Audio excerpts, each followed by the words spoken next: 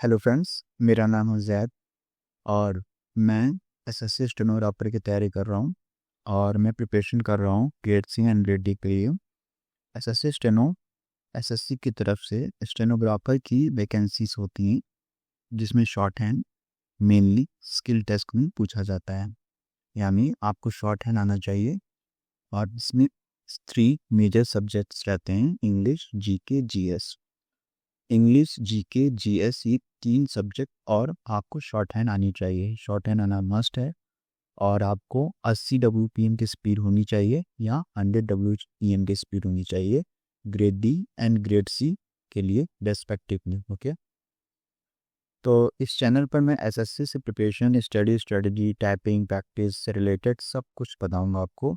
आपका study routine क्या होना चाहिए, मैं पिछले 6 महीने से प्रिपरेशन कर रहा हूँ, उससे रिलेटेड मैं आपको इन्फॉर्मेशन शेयर करूँगा। ओके, और मैं आपको बताऊंगा कि डेली कितनी घंटे पढ़ना चाहिए, शॉर्ट हैंड के लिए डेली कितने आवर्स देने चाहिए जिससे आपका इम्प्रूवमेंट हो और आपकी स्पीड इंक्रीज हो। ठीक है, तो चलिए वीडियो को स्टार्ट करते हैं। तो मैं बात करता हूँ सबसे पहले अपनी जर्नी के बारे में। मैंने स्टार्ट किया था ऑनलाइन प्रिपरेशन और मैंने सबसे पहले टीचर को रानी मैम उनको सेलेक्ट किया। आप किसी भी टीचर्स की वीडियो देख लीजिए, स्टार्टिंग इंट्रोडक्शन देख लीजिए, कोई कोई वर्ड, एक आध दो वीडियोस देख लीजिए वर्ब से रिलेटेड। आप कुछ एक चैप्टर भी कंप्लीट कर सकते हैं। अगर आपको समझ में आ रहा है तो आप टीचर सिलेक्ट कर लीजिए, अदरवाइज आप स्विच कर सकते हैं। टीचर्स सभी अच्छी हैं, बस तरीका आपको हो सकता है किसी अलग का पसंद आए, किसी अलग पर्सन का पसंद है, वो डिपेंड करता है आपके ऊपर। ओके, टीचर्स अपने आप में सभी अच्छी हैं। ओके, तो ये तो बात होगी ग्रामर की। मैंने रानी मैम से स्टार्टिंग से सब्जेक्ट पर एग्रीमेंट से लेकर पूरे क्वेश्चन टैग तक एक कंप्लीट सीरीज़ देखी है, यूट्यूब पर अवेलेबल है फ्री ऑफ कॉस्ट। ठीक है, आप बैच भी ले सकते हैं। बैच में और फ्री बैच में कोई डिफरेंस नहीं है। एक डिफरेंस ये रहेगा कि आप जब पैसा दे के कोई काम करोगे तो आप सीरियसली डेली कंसिस्टेंसी मेंटेन कर कर आप उनकी वीडियो को वॉच करोगे। ठीक है, अगर आप इतने समझदार हो, इतने हो चुके हो समझदार कि बिना पैसे दिए भी आप सही से काम कर लोगे, तो आप कर सकते हो यूट्यूब से भी, कोई डिफरेंस नहीं। उसके बाद मैंने एरर बनाया। सबसे पहले मैंने टॉपिक वाइज एरर, जो कि रानी मैम हमें बताती हैं कि ये सब करने के बाद हमें टॉपिक वाइज लगाना चाहिए। टॉपिक वाइज एरर के बाद मैं मिसलेनियस एरर करता हूँ। ठीक है, तो मिसलेनियस एरर भी अभी मेरा बहुत अच्छा खासा मेंटेन है, बन रहा है। मसला एक चीज़ ये है कि अगर आप प्रैक्टिस बीच में छोड़ देते हैं तो आप चीज़ें थोड़ी बहुत भूल जाते हैं, नॉर्मल नॉर्मल चीज़ें भूल जाते हैं। जैसे कंजंक्शन रहता है एंड के इधर अगर सुपरलेटिव डिग्री आ रही है तो इधर भी सुपरलेटिव डिग्री रहेगी, छोटी छोटी चीज़ें आप भूलेंगे।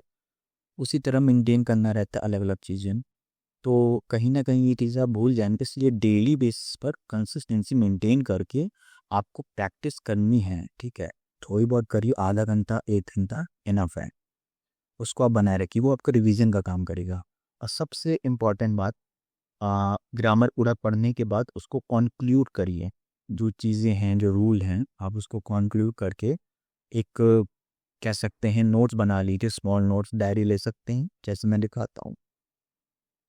इस टाइप की एक डायरी ले सकते हैं आप, नॉर्मल कोई भी डायरी ले लीजिए, इसमें आप रूल्स लिख लीजिए। ठीक है, रानी मैम का स्पेशल उन्होंने 60 इंपॉर्टेंट रूल का एक अलग कोर्स करवाया हुआ है यूट्यूब पर, वो भी फ्री ऑफ कॉस्ट अवेलेबल है, आप उसको देख सकते हैं। उसमें बेसिक ग्रामर पूरा है, A to Z समझ लीजिए। मतलब आप अगर उसको कर लेते हैं तो आपको ग्रामर करने की पूरी ज़रूरत नहीं है, आप उससे भी एरर बना सकते हैं। लेकिन मैं ये कहूँगा अगर आपके पास इनफ टाइम है, आप अभी 2027 के लिए प्रिपरेशन कर रहे हैं, ठीक है, तो आप फुल बैच देखिए। ठीक है, सब्जेक्ट पर एग्रीमेंट से स्टार्ट करिए और लास्ट तक जाइए क्वेश्चन टैग तक। फिर उसके बाद टॉपिक वाइज एरर करिए, फिर मिसलेनियस एरर करिए। उसके बाद कहीं जाके आप टेक्स्ट बुक का पास वगैरह लीजिए।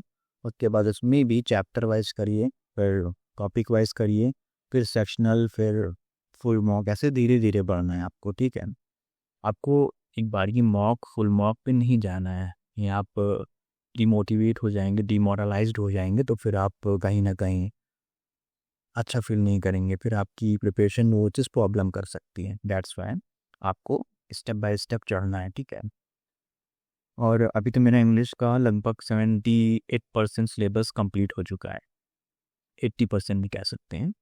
अभी मेरा ग्रामर का पोर्शन कंप्लीट हो चुका है और मैं वोकैबुलरी का पोर्शन कर रहा हूँ, ठीक है।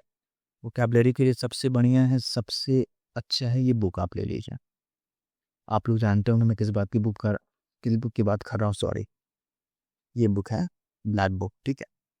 आप ब्लैक बुक ले सकते हैं, ऑनलाइन भी अवेलेबल है, ऑफलाइन भी अवेलेबल है। इसका क्रेडिट जाता है अपने निखिल भैया को, ये मुस्कुराता हुआ चेहरा।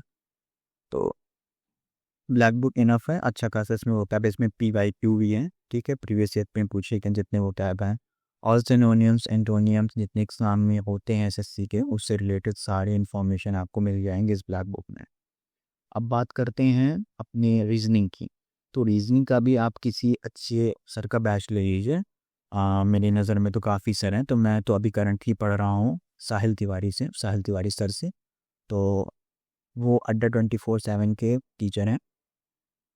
और पीयूष वर्षिनी सर से भी मैंने स्टडी की थी, स्टार्टिंग के कुछ 2 से 3 वीडियो देखी थी।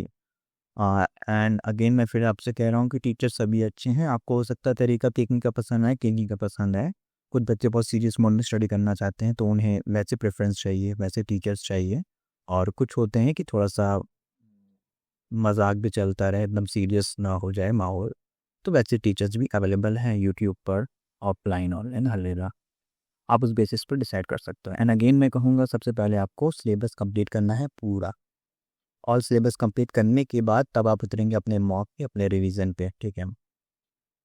सॉरी, एक चीज़ गलत मैंने बोल दिया। रिवीजन जो आपको करना है, मतलब एक चैप्टर कंप्लीट हुआ तुरंत उसका रिवीजन करना है।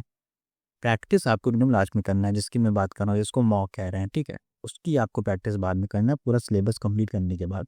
आप 50% के बाद भी कर सकते हैं अगर आप चाहें तो। नहीं, मैं तो यही सजेस्ट करूँगा, आप अगर फुल सिलेबस कवर कर लेते हैं तो जब आप क्वेश्चन करते हैं तो आपको क्वेश्चन पता रहता है कि हाँ मेरा ये टॉपिक कमज़ोर था, इस वजह से मैं ये क्वेश्चन नहीं कर पा रहा हूँ। आप फुल सिलेबस अगर कवर नहीं कर पाते हैं तो आपको क्वेश्चन ही नहीं समझ में आएगा कि कौन से टॉपिक का है। तो आप कहीं ना कहीं बहुत पीछे चले जाते हैं, यार मुझे तो पता ही नहीं ये टॉपिक कौन सा है। तो ये चीज़ तब नहीं होगा जब आप फुल सिलेबस कंप्लीट करने के बाद आएंगे इसमें, ठीक है। तो मान लीजिए आपने वो भी कर लिया, ठीक है। आपने इंग्लिश कर लिया रानी मैम से, आपने रीजनिंग कर लिया आप किसी भी सर से, पीयूष वर्सनी सर हैं, साहिल तिवारी हैं, और भी अदर यूट्यूब्स में सर अवेलेबल हैं, उनकी वीडियोस भी अवेलेबल हैं। और फिर बात आती है GK GS। तो GK GS के तो अपने महात्मा ही हैं, इनका नाम है परमार सर। तो परमार सर का आप बैच ले लीजिए, और बहुत ही डेडिकेशन के साथ वो पढ़ाते हैं और उनके बच्चे पढ़ते भी हैं, और मैं भी उन्हीं का स्टूडेंट हूँ। तो सो परमार सर तो GK GS के लिए बहुत अच्छे हैं। और GK GS के लिए एक पिनाकल की आप PYQ की बुक भी ले सकते हैं, मैं दिखाता हूँ।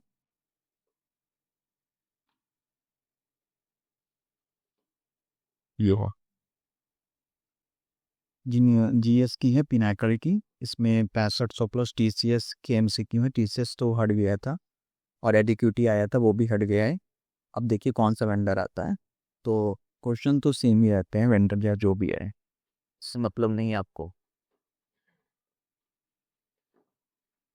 और आप GK GS के लिए एक बुक ये भी ले सकते हैं, उसको फैट मैन कहते हैं। ये परमार सर की तरफ से है, ठीक है।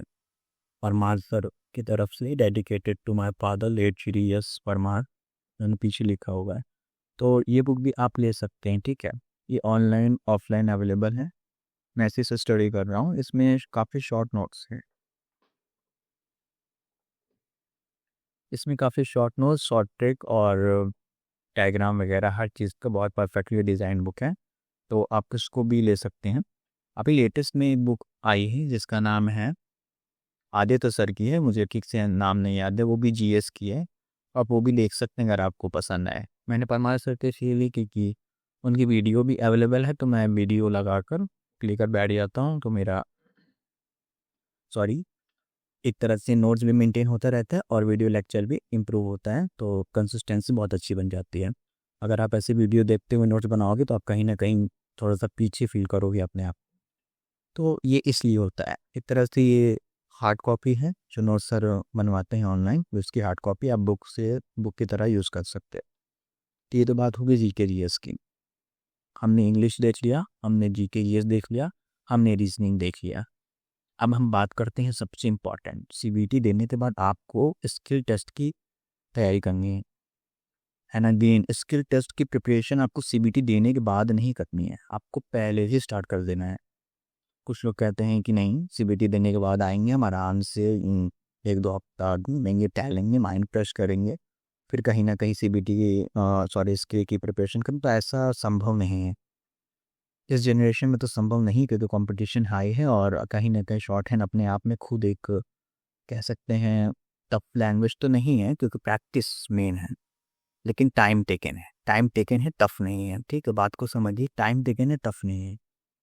आपको कम से कम 6 से 8 महीने देने पड़ेंगे 80 WPM के लिए। मैं ये बात कर रहा हूँ 80 WPM के लिए, 80 वर्ड पर मिनट के हिसाब से अगर आप लिख रहे हो उसके लिए आपको 6 से 8 महीने देने ही पड़ेंगे। मैं क्यों कह रहा हूँ आपको पता चल जाएगा जब आप कोचिंग ज्वाइन करोगे, ठीक है। एंड आपको कोचिंग शॉर्ट हैंड की ऑफलाइन ही ज्वाइन करना है, ये मस्ट है। सीबीटी के लिए ऑनलाइन ज्वाइन कर लो, टीचर्स हैं, क्वेश्चंस हैं ऑनलाइन अवेलेबल, आप लगाओ, समझ में आएगा आपको कहाँ फंस रहे हो, कहाँ वीक हो। वहाँ अगर कोई वीक सब्जेक्ट मिल जाए उसकी भी कोचिंग ऑफलाइन कर लो, वो अलग बात है। लेकिन शॉर्ट हैंड की सबसे स्पेशली मैं बोल रहा हूँ, शॉर्ट हैंड की कोचिंग आपको ऑनलाइन नहीं करनी है, उसकी कोचिंग आपको ऑफलाइन करनी है। आपके नियरेस्ट में कोई हो, आपने बहुत नाम सुना हो किसी कोचिंग का, आप वहाँ जाके चेकआउट कर सकते हो कि कैसी वहाँ पे फैसिलिटीज़ हैं, कैसे कितने आवर्स की स्टडी हैं, क्या क्या बताए जाते हैं, क्या तरीका है उनका वो आवर्स पढ़ाने का, या फिर जो भी चीज़ें हैं आप ऑफलाइन ज्वाइन करो, वो सबसे बेस्ट है। ठीक है, ऑनलाइन करोगे तो होता क्या है ना कि अभी हम लोग के कोचिंग में एक लड़का आया था, वो उसने 6 से 8 महीने लगातार अपना ऑनलाइन ही पूरा कोर्स कंप्लीट कर लिया था शॉर्ट हैंड का। शॉर्ट हैंड की बुक आती है, ये पिटमैन सर्पिन, Pitman shorthand instructor and की, इंस्ट्रक्टर भी इसने की भी है, यानी एक्सरसाइज भी है, ठीक है, शॉर्ट हैंड भी लिखी है, उसका ट्रांसक्राइब फॉर्म भी है, ठीक है। तो ये बुक उसने पूरी ऑनलाइन कंप्लीट कर ली। ऑनलाइन कंप्लीट करने के बाद जब वो कोचिंग में आया तो कुछ चीज़ें ऐसी थी, जब सर ने डिक्टेशन बोला वो लिख तो बहुत अच्छा खासा रहा था फास्ट हम लोगों से, और बहुत मिस्टेक आ रही थी उसकी, क्यों सॉरी कोई इश्यू के कारण ये वीडियो स्टॉक हो गई थी। वो इसको कंटिन्यू करते हैं।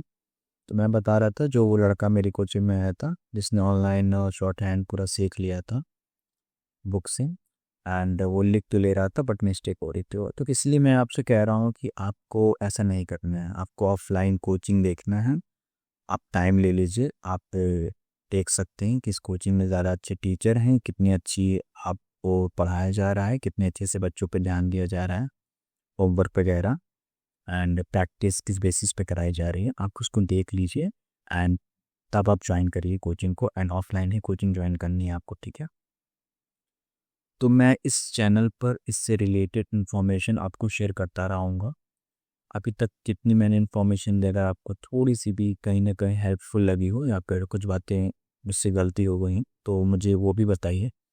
एंड इसमें क्या क्या इम्प्रूवमेंट और हो सकता है आप वो भी शेयर कर सकते हैं। ओके, तो नीचे कमेंट करिए एंड वीडियो को लाइक करिए। Thank you.